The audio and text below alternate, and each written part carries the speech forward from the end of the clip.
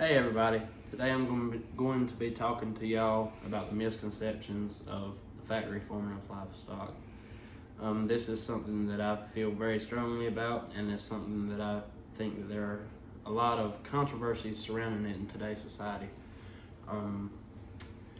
My goal with today's speech is not to change your mind, because I know there's undoubtedly some people in this class that are dead set against it and may not feel the same way about it that I do. But my goal is to inform everybody of the misconceptions about what really goes on. And a little bit about myself. My family's been farming since the early 1900s.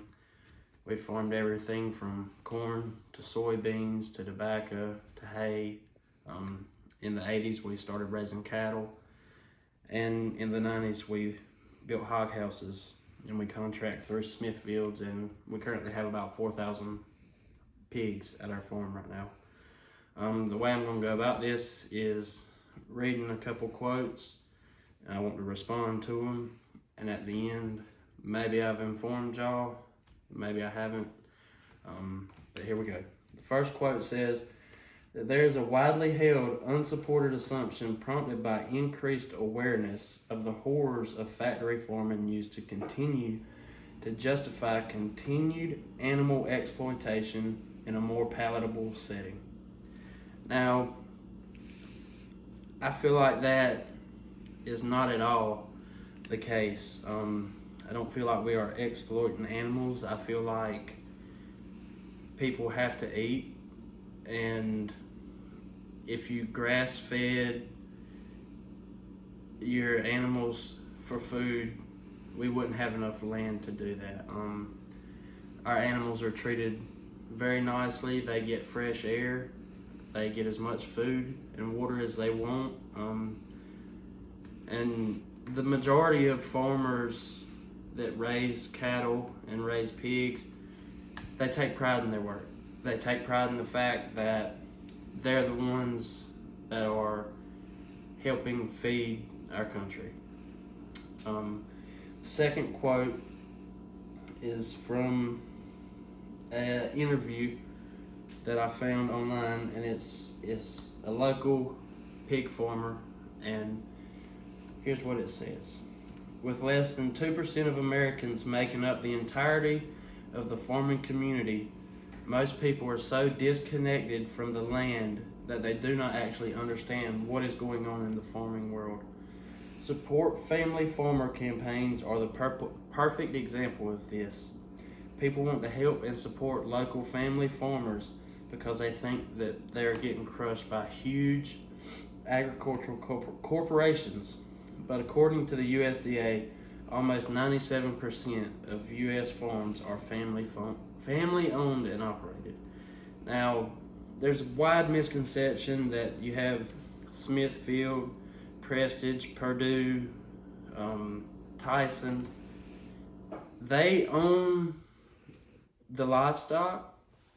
The farms are owned by small family farms, local people that take pride in their work, and for the most part, it's a very highly regulated industry, and people think that the industry is not regulated like it's supposed to be, and that it's not fair, and the treatment of the animals is unfair.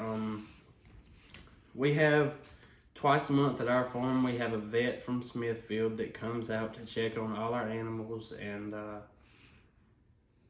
like I said in the first quote, us, along with everybody else, we take pride in our work.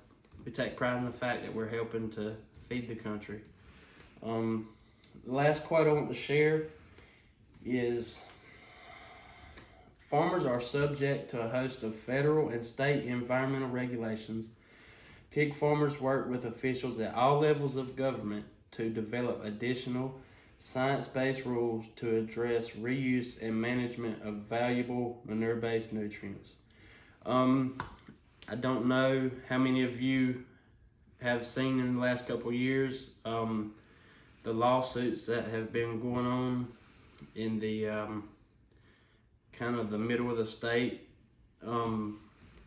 about the spraying of hog lagoons and hog manure over pastures. And a lot of people think that they see it from the outside, and they see us just spraying it on the fields. What they don't know is that part of the pig industry is the most regulated part of farming in the state. When we pump and dispose of waste, we have to keep track of the weather. We have to keep track of what time we started, when we stopped, what part of the farm it was on, and what crop was on that piece of land as we were pumping. We can have no runoff into ditches, streams, rivers, lakes, anything like that. And if you do, it is a very healthy fine. So we have a good reason to not damage the environment. And it's really, the waste is used as fertilizer. So it's not anything that's going to hurt the environment. Also, another thing, I feel like there's a big misconception. They think that we are pumping these pigs and chickens and turkeys full of antibiotics, steroids, and hormones, stuff like that, that is not good for people.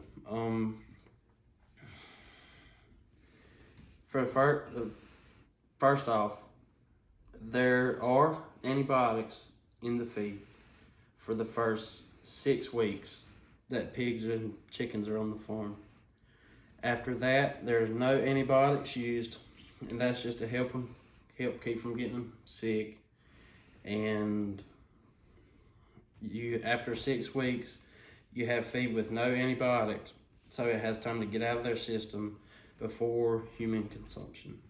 And there are no growth hormones or steroids that are available to make them grow faster and things such as that. But I hope I've informed y'all on some of the misconceptions. If any of you would like to know more, you can email me, and I would love to talk more about it if you would love to learn more about it. Thank you for listening, and y'all have a good day.